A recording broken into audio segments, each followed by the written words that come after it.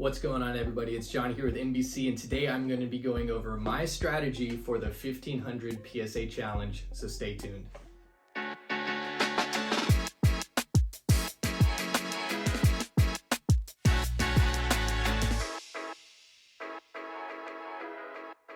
Let's talk strategy.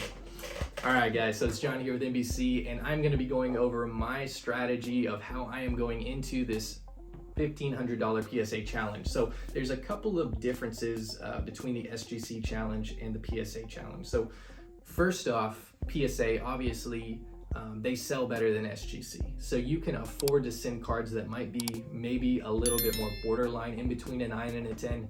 And even if it comes back a 9, you're still going to get your money back. So that's, first off, it makes it a lot easier to get your money back and make money, hopefully, in this challenge. So first off, what I want to focus on is the player. So I'm going to be targeting more than one player, not just Wander Franco this time.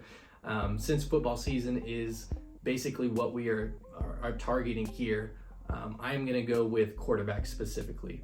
You can make some money with skill players, but I prefer the quarterback because they're the most liquid of the position. It's the most important position, so that makes sense. Second off, I don't want to target players that are overhyped, or maybe they're not overhyped, they're just expensive, like a Joe Burrow, a Patrick Mahomes, a Justin Herbert. It's difficult to get those cards because one, they're expensive, you're going to have to pay up to get them, and two, all of the cards that are worth grading, worth submitting, have already been submitted for the most part. So unless you're going to crack the slabs and resubmit them to PSA, it's difficult to find raw cards that are gradable. And raw cards are really where you're going to get the most value. So what I'm going to do is try and focus on players who have a lot of upside. So players who might have been injured last year, Tua Tagovailoa, Kyler Murray.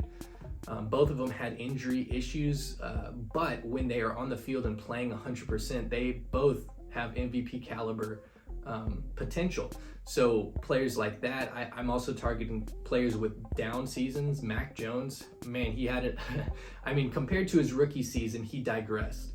And so that's why people are panicking and selling all of his cards for cheap. If you remember the beginning of last year, he was one of the most hyped quarterbacks at all time. People were throwing money at him left and right. People, I think, probably are a little bit hurt by that. They've lost so much money on their investments, they're just getting rid of them. They're dumping them, essentially. And so I'm going to try and take advantage of that, pick them up really nice. So if you're going to get lower tier players like that, you need to get really, really nice cards. So I'm going to try and get serialized cards, obviously prism cards, but I'm going to try and focus on the select set, optic set, prism set if I can get them. But if not, it needs to be a low numbered card, maybe an autographed card as well. So that's kind of my thinking behind who to target, what to target. But there's more strategy than that. So we have $500 to deal with. So my thinking is I might as well blow the entire $500 all at once, try and get as many cards as I can, which is going to give me the best chance of getting gradable cards. So we have roughly a month to a month and a half to collect all of these cards. So what that's going to give me time to do is hopefully in week 1 and 2, spend all $500, get them in, look them over. Hopefully I get a couple cards that are worth grading. Everything else I'm going to list in auction because the end of April, we have the NFL draft, and that is a good time to sell cards. So I'm going to list them all at auction, the ones that I'm not going to send to get graded, recoup the money a little bit, and then do a second wave of purchasing. And so hopefully that's going to give me the best chance of getting, multiple gradable cards that I can send to PSA, because I think the more cards that I can submit, the better chance I have of winning this competition. So the last part of this is we don't actually have to have all of the funds until June 15th. So that means I'll have a month to keep flipping cards until I actually need the money for PSA, because PSA doesn't charge you for grading until the very end when they're about to send it back. So that means I can try and sell the cards in buy it now form. I can try and buy cards and flip them if I see a good deal.